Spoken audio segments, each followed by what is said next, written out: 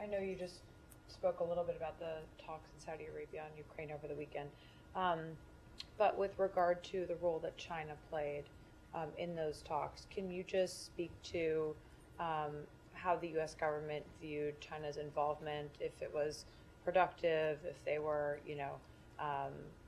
actually, at the table working in a real way towards an end here?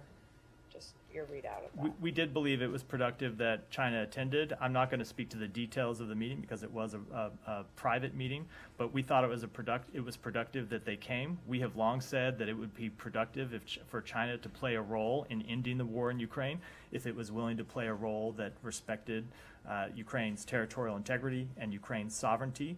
And as I said when I was asked about this a moment ago, we believe it's helpful for countries to attend and hear directly from Ukraine.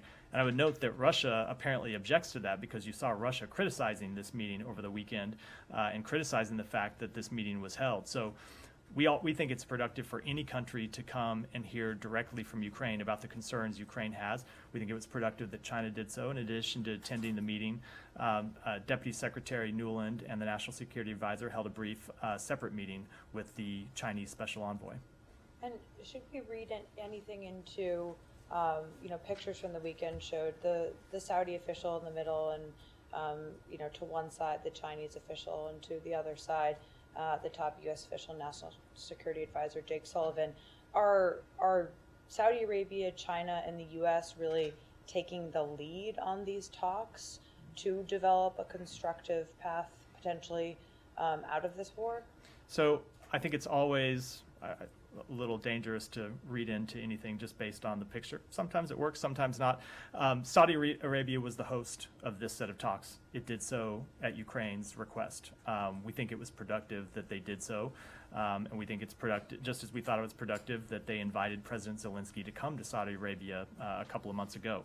So I wouldn't want to say who is in the lead for talks that right now are not happening. There are no peace negotiations going on with Russia right now because Russia has refused to engage in meaningful peace negotiations. Should there ever be peace negotiations, it's Ukraine that will be in the lead from the non-Russian side. The United States is happy to play any role that is productive to stand with our Ukrainian partners, and we would welcome any other country that wants to play a productive role as well. And then just last question on it, China's readout did say that the meetings helped to, quote, consolidate international consensus on finding a peaceful solution to the conflict. How long do you think it'll take to actually develop that international consensus here? I think that's a very hard question to answer. This still remains an active war in which Russia has shown no sign of curtailing its imperialist ambitions or coming to the negotiating table. So we will continue to work to convince as many countries as possible around the war that when this war ends, it should end in a way that respects Ukraine's territorial integrity, its sovereignty. That's the point that Ukrainian officials made this weekend. That's the point that U.S. officials made this weekend, and we will continue to press that and try to convince as many countries as possible to take that view of the situation. Matt, just one thing on that side meeting with Victoria, Jake Sullivan, and the Chinese envoy. Is there anything you can say a little bit more on what was the main U.S. message and what kind of takeaways they got from the Chinese envoy? At least why Beijing sent an envoy? Did they get an understanding of that? I'm not going to speak to why Beijing might have sent an envoy. That's for them to speak to. I will say that the message that we delivered in that meeting was essentially the same that I just delivered, which is that we thought it would be productive for China to play a role here, again, if that role respects Ukraine's territorial integrity and its sovereignty.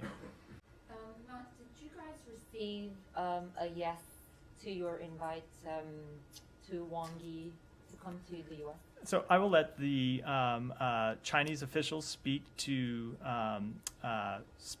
their participation, but it is our full expectation that he will travel to the United States and conduct a meeting with the secretary that was originally extended to the previous foreign minister. What's the possible date for that? I don't have a time yet. The time's not yet. I don't have time because the time's not yet been scheduled. The Right, date's not yet been scheduled. Would you expect him to meet with President Biden, given Secretary Blinken met with Xi Jinping? You have been here long enough to know that I will never talk about presidential meetings from this podium. Well, you know that I have to try. I appreciate you asking.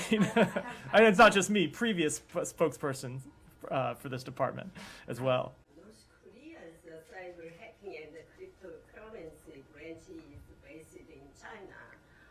Has the United States sent any warning message to China regarding of this? I don't have any specific messages to read out. Thanks. Thanks, everyone.